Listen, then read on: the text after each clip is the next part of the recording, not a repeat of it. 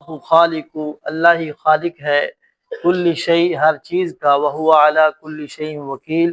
اور وہ ہر چیز پر خوب نگہبان ہے۔ اللہ رب العالمین نے پہلے کفار کی سرزنش کا ذکر کیا، کافروں کے بارے میں ذکر کیا کہ جو اللہ کی نافرمانیوں پر ڈٹے رہے قیامت کے دن حسرت و افسوس کے ساتھ اللہ کے سامنے کھڑے ہوں گے۔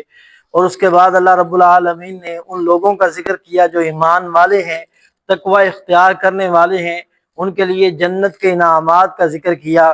پھر اللہ تعالیٰ نے فرمایا اللہ خالق کل شیء، اللہ ہی ہر چیز کو پیدا کرنے والا ہے۔ اس دنیا کا حقیقی خالق صرف اللہ ہی کی ذات ہے، اور وہی ہر ایک کا نگہبان ہے، یعنی ہر ایک کے بارے میں باخبر ہے۔ لہو مقالید، اسی کے پاس ہیں چابیاں سماوات والارض، آسمانوں اور زمین کی۔ والذین کفروا، اور وہ لوگ جنہوں نے کفر کیا بآیات اللہ، اللہ کی آیات کے ساتھ، اولئک ہم، یہی لوگ ہیں الخاسرون، نقصان اٹھانے والے۔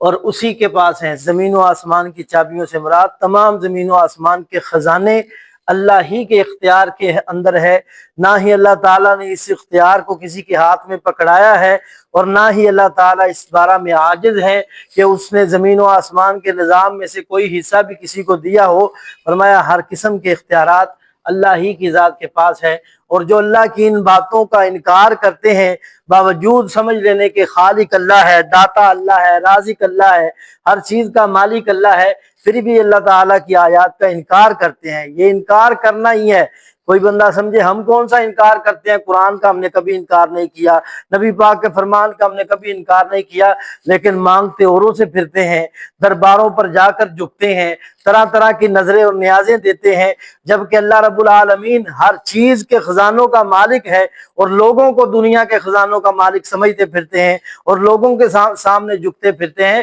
اللہ تعالیٰ کے ہاں یہ بھی اللہ کی آیات کا انکار ہی ہے، یہی لوگ نقصان اٹھانے والے ہیں۔ قل افغیر اللہ، آپ کہہ دیجئے کہ پس غیر اللہ کی بابت تأمرونی اعبد، تم مجھے حکم دیتے ہو کہ میں ان کی عبادت کروں، ایھا الجاہلون، اے جاہلو۔ نبی علیہ الصلوۃ والسلام کے بارے میں یہاں پر اللہ تعالیٰ نے ذکر فرمایا، پیغمبر یہ جو لوگ آپ کو ایسی ایسی دعوتیں دیتے ہیں، جیسے کہ کفار نے ایک گروہ کا بنا کر نبی علیہ الصلوۃ والسلام کے سامنے پیش کیا اور کہا کہ اے محمد صلی اللہ علیہ وسلم ہم آپ کی ہر بات ماننے کے لیے تیار ہیں، آپ ایسا کرو ایک دن ہم سب مل کر آپ کے خدا کی عبادت کرتے ہیں، اگلے دن آپ سب مل کر ہمارے خداؤں کی عبادت کرو۔ تو اللہ رب العالمین نے فرمایا پیغمبر ان کو بتلا دو، افغیر اللہ تأمرونی اعبد، کہ اللہ کے غیر کی تم مجھے عبادت کا حکم دیتے ہو، یہ قطعا نہیں ہو سکتا۔ میں جس رب کے سامنے جھکتا ہوں اس کے جھکنے کے مقابلہ میں تم مجھے چاند بھی لا کر میری ہتھیلی پر رکھ دو،